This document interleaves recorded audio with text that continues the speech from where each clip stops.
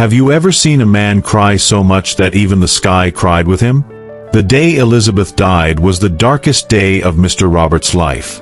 She had just given birth to two beautiful twin girls, Linda and Lillian, but as their first cries filled the air, their mother's breath faded away. The hospital room felt like a graveyard, quiet, cold, and filled with heartbreak. Mr. Robert held the two babies in his arms, tears rolling down his face, and made a vow. Right there in front of his wife's lifeless body, he whispered, "I will go to any length for you both. I will give you the life your mother would have wanted for you." But after the burial, reality hit him like a storm. He had no money, no food, nothing but two newborn babies and pain in his chest. He watched his girls sleep, tiny and innocent, as his stomach growled and his heart ached. Neighbors came. Friends whispered. Even his own family suggested something shocking: sell one of the babies, start a new life. You can't raise them both. But Mr. Robert roared back with fire in his eyes. "I would rather die than sell my daughters. They are the silver and gold that God has given me." From that day, he turned his tears into sweat. He began hawking pure water under the hot sun, pushing heavy carts for people at the market, carrying cement to construction sites, and running errands just to buy milk and diapers. He slept on bare floor and skipped meals. Every coin he earned went to his daughters. After 1 year, realizing the girls needed a mother figure, he married Veronica, a woman who smiled sweetly in public but had a heart of ice. At first, she acted caring. But soon, her true colors showed. She shouted at the girls, starved them, and locked them out of the house. Mr. Robert tried to bear it for the sake of peace. Until one night, he saw bruises on Lillian's back. That was the last straw. He sent Veronica away without looking back. "You can treat me like trash," he said, "but not my daughters. They are my joy, my future. I will never trade their happiness for anything." And so the years passed. Every morning, he woke up before the sun and returned home long after it had set. He never missed a day of work, not even when he was sick. He paid their school fees, bought them books, and packed their lunch with shaking hands and love-filled eyes. By the time Linda and Lillian turned 10, they were already shining stars in their school. Creative, smart, respectful. They always represented their school in competitions and returned with awards. Teachers praised them. Strangers admired them. But Mr. Robert never let pride get to his head. He kept working, kept praying, kept believing. Late at night, when the world was asleep, he would stand beside their bed, place his rough hand on their heads, and pray, "Lord, bless my daughters. Don't let my sweat be in vain." People mocked him. "You're wasting your time," they said. "These girls will marry and leave you. What's the point?" But he would smile and say, "I am planting seeds. One day, I will rest under the shade." One Saturday evening, Mr. Robert called his daughters into the tiny living room. He looked into their bright eyes and told them about the promise he made to their late mother. "Please," he begged, "don't disappoint me. Don't disappoint her." And with tears in their eyes, they nodded. "We won't, Papa." One day, Linda and Lillian was selected to represent their school in a national academic competition. It was the biggest opportunity they had ever received. A chance to prove themselves, not just to the country, but to the world. Their father, Mr. Robert, couldn't believe it when they told him. He had just returned from the market, drenched in sweat, his hands shaking from carrying heavy loads all day. But when the girls broke the news, his tired eyes lit up like a candle in the dark. He hugged them tightly and whispered, "This is the beginning. Go and shine." Days later, they traveled to the city with their teachers. It was their first time outside their small town. Everything was big and new. Tall buildings, fast cars, loud horns. But Linda and Lillian stayed focused. Their father had sacrificed too much for them to be distracted.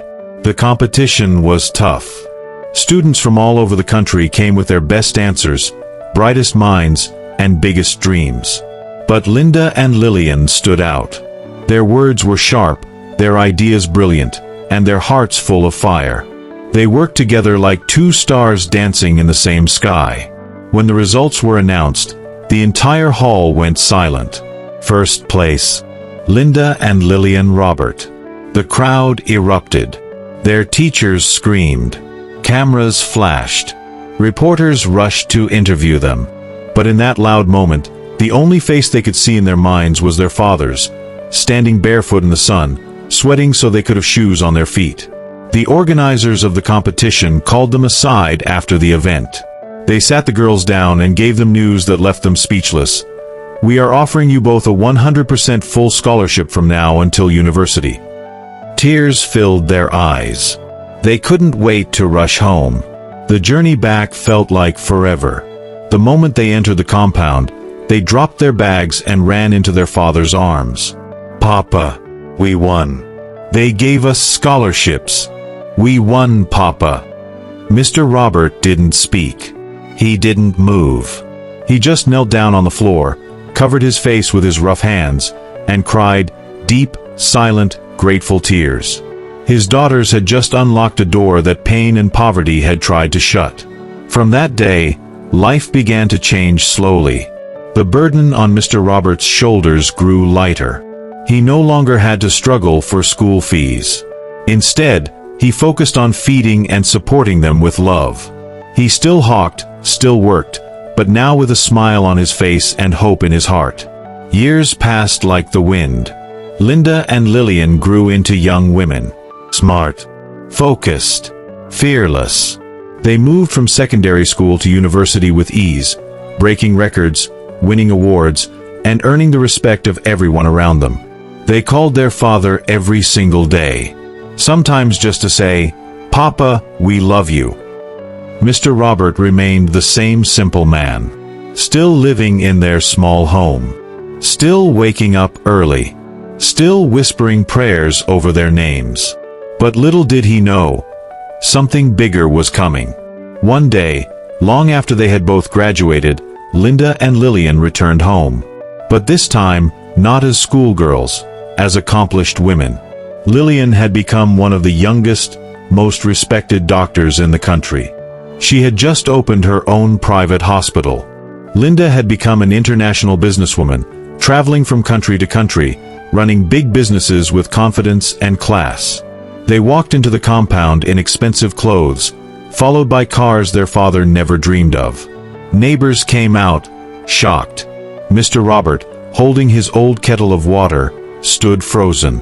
Then Lillian and Linda knelt before him, both holding his hands, and said, "Papa, it's time to rest. You've done enough." But what they did next would leave everyone speechless. The compound was quiet. Even the wind seemed to pause as Lillian and Linda held their father's hands and looked into his tired eyes. "Papa, come with us," they said softly. Mr. Robert followed, confused but calm. They walked to the front of the house, where a brand new car was parked, sleek, shiny, with his name boldly written on a special plate, Robert's Blessing. He stared at it, blinking, unsure if his eyes were playing tricks. Lillian smiled.